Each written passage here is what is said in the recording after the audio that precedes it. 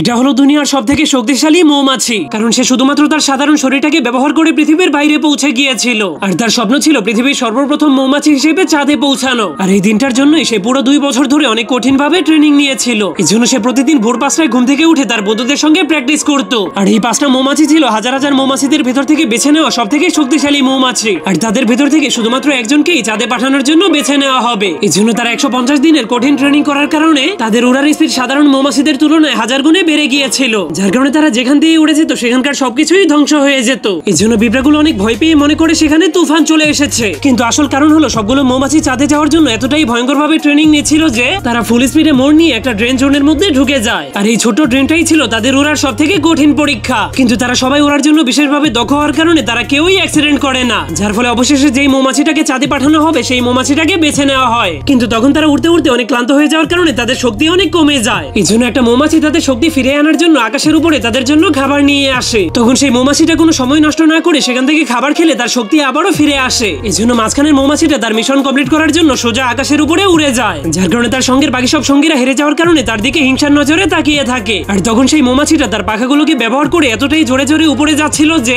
তার উড়ার স্পিডের কারণে আকাশের মধ্যে রকেটের মতো দাগ হয়ে যেতে শুরু করে। কিন্তু সে যতই উপরে যাচ্ছিল ততই তার শরীরের তাপমাত্রা বেড়ে যাচ্ছিল। এই জন্য তার শরীরটা কাঁপতে শুরু করে দেয়। কিন্তু তবুও সে হার না মেনে অবশেষে বায়ুমণ্ডল পার করে পৃথিবীর বাইরে পৌঁছে যায়। সেখানে কোনো হাওয়া না থাকার কারণে সে যতই জোরে পাখা ঝাপটাক না কেন সে একদমই আগে যেতে পারছিল না। তখনই তার চোখ চাঁদের দিকে চলে যায়, যেটাকে একদমই কাছে মনে হলেও চাঁদটা আসলে অনেক দূরে ছিল। কিন্তু তখনই হঠাৎ করে পৃথিবীর গ্র্যাভিটি তাকে নিচের দিকে টানতে শুরু করে দেয়। এই জন্য সে নিচে পড়তে পড়তে বাতাসের সঙ্গে তার শরীরটা ঘষা খাওয়ার কারণে তার শরীরটা অনেক গরম হয়ে যায়। এই জন্য সে প্রচন্ড গরমে সিদ্ধ হয়ে মাটিতে পড়ে তার চাঁদে যাওয়ার মিশনটা নষ্ট হয়ে যায়। যা দেখার পর তার সঙ্গীরা মনে করে সে তার স্বপ্ন পূরণ করতে গিয়ে শহীদ হয়ে গিয়েছে। কিন্তু তখনই তারা সবাই দেখতে পায় সে এখনো মরেনি, সে আগুনে পুড়ে একদমই কালো হয়ে গিয়েছে। এই জন্য সে তাদের কাছে এসেই মাটিতে পড়ে অজ্ঞান হয়ে যায়। কিন্তু সে এবার হেরে যাওয়ার পরেও এখনো তার চাঁদে যাওয়ার স্বপ্নটা ভেঙে যায়নি। এই জন্য সে প্রতিদিন রাতে তার ঘরের মধ্যে বসে বসে চাঁদের দিকে তাকিয়ে থাকতো, কারণ সে ভালো মতোই জানতো যে একদিন সে চাঁদে পৌঁছে মৌমাছিদের সব থেকে বড় রাজা হয়ে যাবে।